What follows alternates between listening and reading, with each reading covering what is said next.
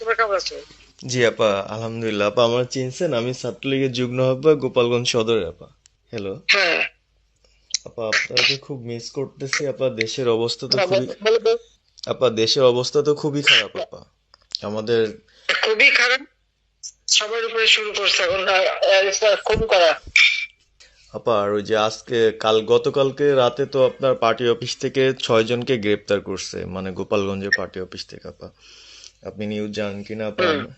আমরা তো বাড়িতে ঘুমাইতে পারতেছি না আপা। এটা প্রশাসন খুব মানে খারাপ করতেছে, যৌথ বাহিনী অভিযান করতেছে আপা, এই অবস্থা।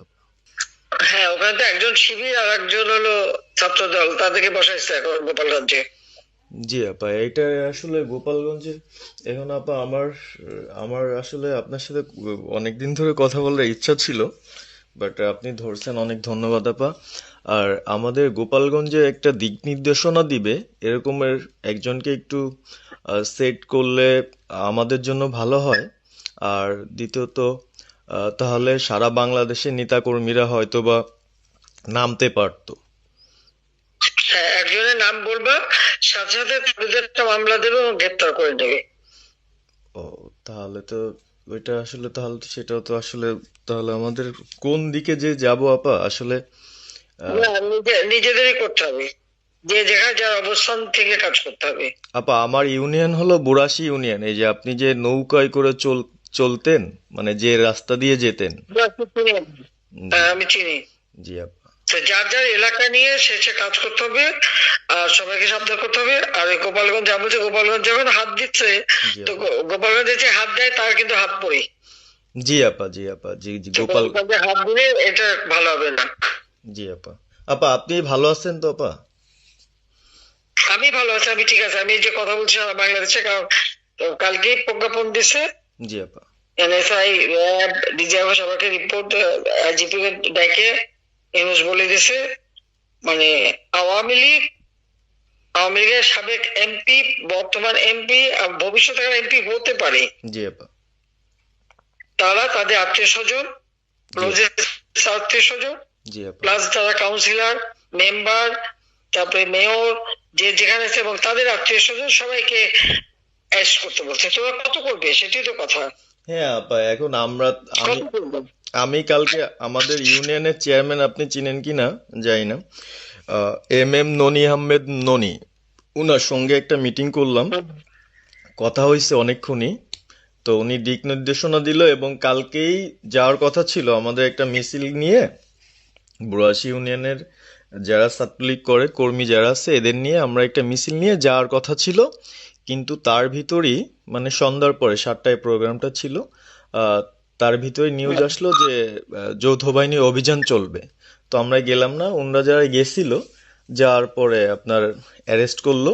আর ওই যে পিছন দিয়ে যে গেটটা আছে না আপা, ওই গেট দিয়ে হয়তোবা 4-5 জন ধরেন যে চলে গেছিল বাইরে। এই অবস্থা। আর আমাদের যারা আসলে আমরা দলকে ভালোবাসি, আপনাকে ভালোবাসি, সংগঠনটাকে সুন্দরভাবে সচ্ছল রাখার চেষ্টা করতেছি, আহ, এদের খুব ডিস্টার্ব করতেছে। খুবই। আপনার যেদিন জন্মদিন ছিল ওই দিন আমরা আমাদের ছোট ভাইদের দিয়ে বঙ্গবন্ধু কলেজের, ওদের দিয়ে আপনার অনুষ্ঠানটা ওরা করতেছিল, কেক কাটছিল, এর ভিতরে ওসি নিজে এসে ওদের কলার ধরলো। হুম। মানে খুব অ্যাক্টিভ যে 4-5 জন ছেলে আছে, হিমেল, তারপর বাপ্পি, রেয়াজ, সাকিব, তারপরে সাব্বির, এরা বঙ্গবন্ধু কলেজের আসলে, আহ, আমরা আমি ব্যক্তিগতভাবে যতটুক না করতে পারতেছি ওরা ততটুক করতেছে। এবং আমরা একটা মশাল মিছিলও করলাম সেদিনও আপনার। আর্মি আমাদের পরবর্তীতে ওদের বাসায় যে ঝামেলা করলো, আমি একদম সামনে ছিলাম। আমি আপনার ওই ছবিটা পাঠাইছি, আপনি দেখছেন হয়তোবা। আর প্রত্যেকটা মিছিল মিটিং ইনশাল্লাহ আপা থাকি, কিন্তু এলাকার এমন একটা পরিস্থিতি সৃষ্টি হচ্ছে, সেটা হলো আপনার 75 পরবর্তীতে যেভাবে মানুষজন ভয় পাচ্ছিল, সেই জিনিসটা আপা সবাই করতে চাচ্ছে। মানে জোর করে আসো আমাদের দলে যোগ দাও।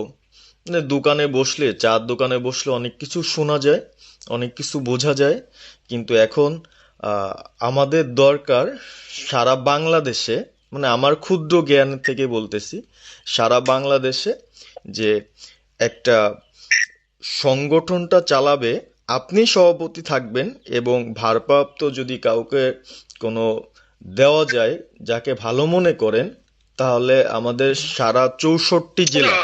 জি আপা। দাঁড়াও দাঁড়াও দাঁড়াও, এত পাকা কথা এখন বলার সময় না। সরি আপা। এখন যার নাম দেব তাকে সবার আগে অ্যারেস্ট করবে, জি আর তার নামে সবার আগে মামলা দেবে। জি আপা। আপা আমাদের মাঝে মাঝে ওই যে প্রেস, মানে কালকে যে প্রেসটা দিচ্ছেন এটা আমি সুন্দর পড়ছি, অনেক ভালো লাগছে, এবং আমি আমার ফেসবুকে ছাড়ছি। হ্যাঁ, ওটা আমি নিজে দেখে দিছি, আমি কারেকশন করে দিছি, এবং আমাদের খুবই ফেসবুক ওটা দেওয়া হচ্ছে, ওইভাবেই যাবে। আর আমাদের কয়েকজন নেতা ঠিক করে দিছি, তারা বিভিন্ন ইস্যুতে একটা করে স্টেটমেন্ট দেবে। জি আপা। আমার অনেক আর তুমি নাম দিতে বলো, হ্যাঁ শেখ সেলিমের নাম দিয়ে দাও, সে চালাক। না, উনি কিভাবে, উনি উনি তো মানে তাহলে কে চালাবে? আমাদের কে চালাবে? আপনি যারে বলবেন। যারে আমি যারে বললে তো হবে না, তোমাদের এই যে বাস্তবতা বুঝতে চাও না কেন? জি আপা। এখনই যার নাম দেবা তখনই সে অ্যারেস্ট হবে। তাহলে আপনি। সাজার খান, জি আপা। হ্যাঁ সাজার খান নামছে, সবকিছু তাকে অ্যারেস্ট করছে। জি আপা। বসে বসে মানে কার কাছ থেকে কি পাকা কথা শুনবো বলে তো লাভ নাই।